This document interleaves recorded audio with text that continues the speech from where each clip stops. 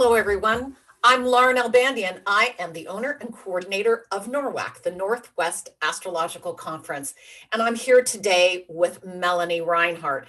And before I introduce her a little bit more to you, I want to remind you or let you know where you can find more information about NORWAC. So you can go to www.norwac.net, simple, norwac.net.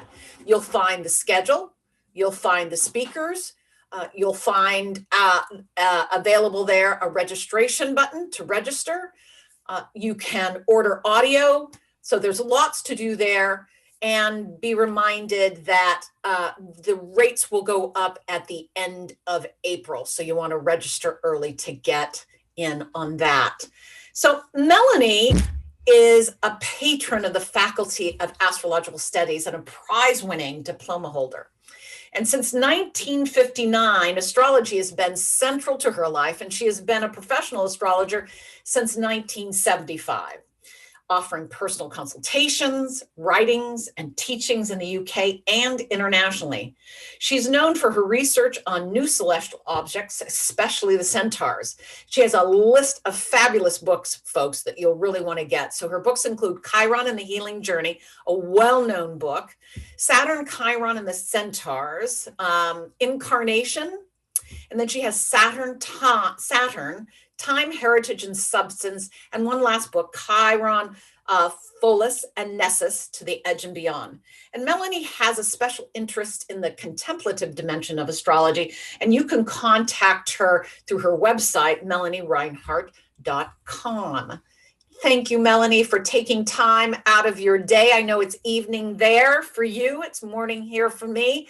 So welcome, and I'm so excited to have you back to NORWAC, though I wish I could squeeze you and hug you in person. We'll just have to do it this way. Oh, likewise, Laura. Having fond memories of the NORWAC in 2017, where I was there in person, had an absolutely wonderful time. So yes. Nice memories coming forward.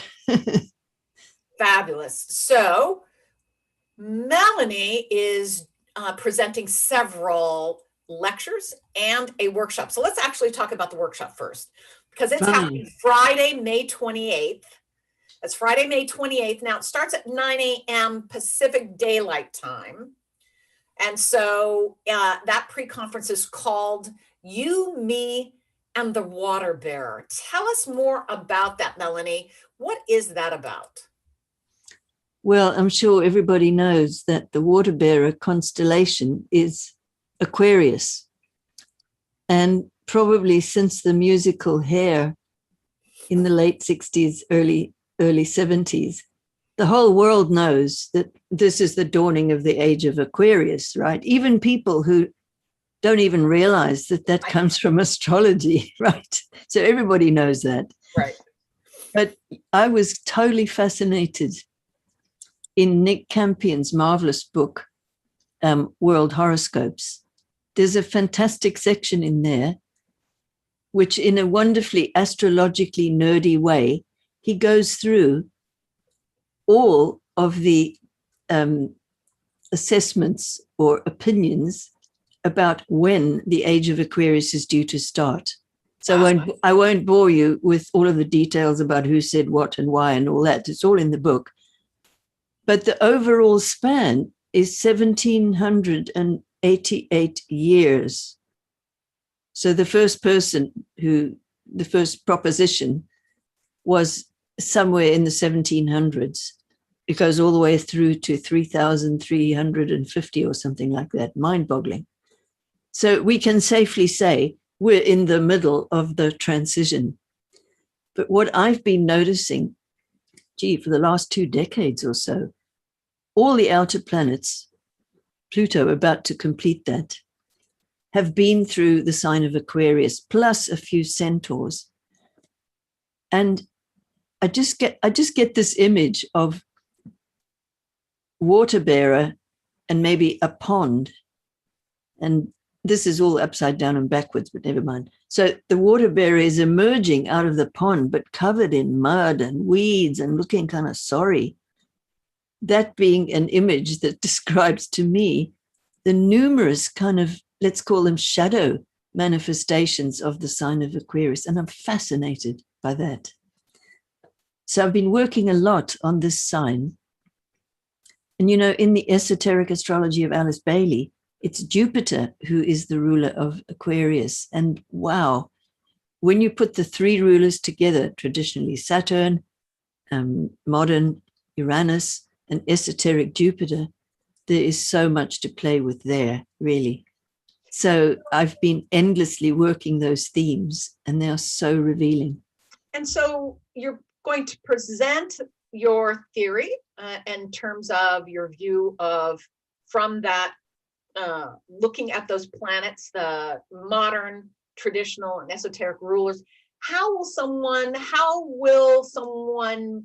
then apply this? Or are we talking about applying it transit-wise? Are we talking about applying it through the natal chart, looking where Aquarius might be in your chart? Exactly. And both. And a final ingredient in there, of course, is Chiron, because astronomically, Chiron sort of literally physically links the orbit of Saturn and Uranus, because it travels in between them and even crosses over. Right. Saturn spends 13%, if I remember correctly, of its orbit time. Right. So it comes inside of Saturn, spends around 2 years in its fastest point, and then stretches all the way out to just inside the orbit of Uranus. Right. And can spend as much as almost, I think, 7.5, 8 years in a sign. So yes. So at the moment, Chiron is in Aries. So it's also heading for its aphelion, which is on the very weekend of the NORWAC conference. Is it really? It is. In fact, it's the day before the workshop. I mean, it's that marvelous. So I absolutely want to mention that. Yeah. So just to pick up the thread there. So Pisces and Aries being the two signs that Chiron passes through that are closest to its aphelion point. Therefore, its orbit is at the flat end of the ellipse. And so it takes way longer. And as you said, you know, when it's at its perihelion, in other words, the closest point to the sun, it zips through Virgo and Libra in between 2 and 3 years. And then it's 7 to 8 years.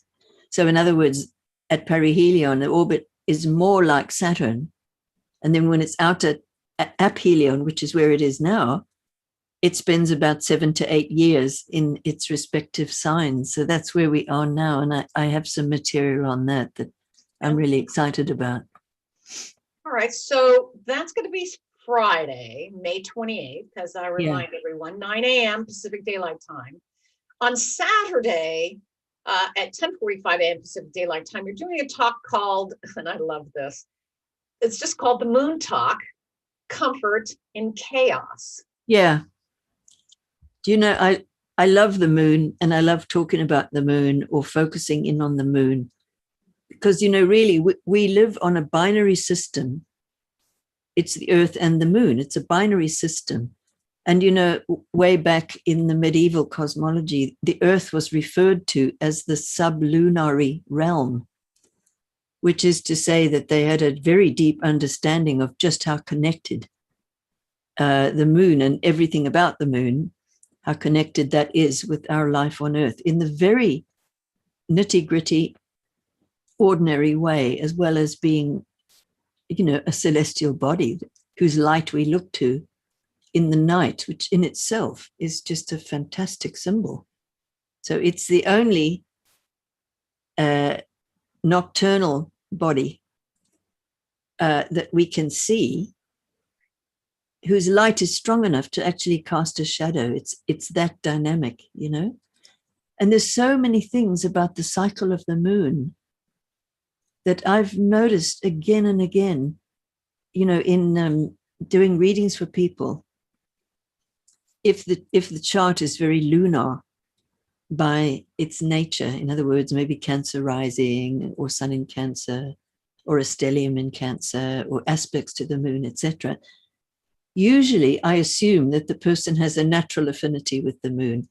In fact, as do most people. It's just that they're not conscious of it. Right. And so to simply spell it out is sometimes a total revelation for people. It's so instinctive, our energy connection with what the moon's up to, that we probably don't even notice. And by just noticing and then getting in sync with that and in some way honoring that cycle, it seems to really unlock a whole lot of very beautiful energy, because by the token of that simple awareness, we're reminding ourselves that we are part of a great cosmos in which we live and belong. We can't not be that. It's just we do fall out of that awareness sometimes, because that's how life is, especially at the moment. So that the subtitle, Comfort in Chaos, that's my personal experience of the moon. So that ranges from literally going outdoors and having a kind of amazed gasp again at the moon itself. And then, of course, as astrologers, we can do that mentally through looking it up, and then imaginally through the time-honored images about the moon and so forth. It's so incredibly rich, and it's so simple. It is simple. I know that it has a good benefit on all of our rhythms and cycles in our life, the ones within our own body, as well as just even monitoring our general energy levels. And I love it every time I tell someone who knows absolutely nothing about astrology, every time I tell them about this and invite them to try it out, usually I'll get enthusiastic emails a few months later. Wow, I tried this, and so on and so forth. In fact, one spectacular example there, I had a woman who came to me referred by someone who I knew. It was someone was actually a health practitioner, and this woman hadn't had a period in 10 years, and she wasn't pregnant. She would occasionally get one or other, but just nothing, basically. So I thought, oh, well, and I said, hey, do you want to do an experiment? She was a Gemini, so I knew she'd say yes. And she did. I just explained her the basics, suggested she start by just, becoming aware of the full moon, new moon, etc. And then there's endless more detail we could get into if you like, but start with this. Well, 3 months later, she wanted another session, and she said, guess what? My periods are back. Oh, blimey. I know it helps, but this is kind of really extreme. And then she went on to have a baby and so on. Oh, that's marvelous. And the moon is, of course, associated with fertility, but it's not only our biological fertility, it's our mental fertility, our emotional fertility. Fertility in any way you can think of it is also something that benefits from us being aware and getting in sync with what the moon's up to instead of fighting it. Oh, and all the way down to the famous void of course moon, which simply means the moon makes no more major aspects before it leaves the sign that it's in. And so, of course, it takes about 2.5 days to go through one sign. So about every 2.5 days, there'll be a period of void of course moon. So depending on where the other planets are, that could be really short, like a minute or two. Right. Or it could be longer than a day. Yes. And the rule of thumb is if you get really bogged down and your brain doesn't seem to be working and everything you do either clogs up or turns into chaos, etc., and you're getting frustrated and trying to meet a deadline, we've all experienced that. I'm not the only one, I know. And then if I catch myself in that kind of state and I quick check, almost guaranteed, the moon is void, of course. And so I need to just pull the plug and stop annoying myself because I can't do it now. Just take a break. Right. Go for a walk, have a rest, whatever, but just break that cycle and enjoy the little gap of voidness and see what comes into that gap. I just love it. It's like a little adventure. Before we finish, one last topic that you're going to cover in a keynote is called coronavirus. That's going to be on Sunday, May 30th at 9 a.m. Pacific time. Yes. So, of course, there's a pun in there because it's spelled chiron virus. Mm-hmm. The intention is to remind us of coronavirus. Mm-hmm. And, you know, I don't mean any minimization with that little Gemini pun of the degree of affliction that pretty much everybody has been going through, and it's a long time now. So I don't mean any disrespect to what people have been going through, or maybe they've even lost close people. I mean, horrible stuff, you know. Yes. So I'm not in that talk. I'm not going to go into themes like who done it, who did the virus, and what's the plot, and all that kind of stuff. Because hey, the whole internet's full of that. You don't need me to add to that. Exactly. But I suppose being a Gemini myself, I'm always interested in connections and symbols. And as it happens, I've been tracking the cycle of Chiron and Pholus, because interestingly, they were conjunct last time in 1956, I believe. Anyway, it was in 6th degree of Aquarius. And unbelievably, if you read the Sabian symbol for that, it refers to people in masks in a mystery play. Boggle. So this first square on that cycle has been, it started to get in orb in 2015, will be so until 2023. Then it's like they pass the baton to Pluto. Well, people are always fascinated with Chiron and the outer bodies, and you have a significant body of work in terms of Chiron and and the other celestial centaurs, the centaur body. So I know those of you out there listening who are interested in Chiron and those other centaurs, Melanie's your woman. She is really the place, her work, her books, her lectures. You really want to go to the best. You go to see Melanie and use. Oh, Laura, you're making me blush. Well, I only say it because it is true. Oh, bless you. Well, Anyway. We have to wrap up. And I thank you so much for taking the time. And all of you can go to norwac.net.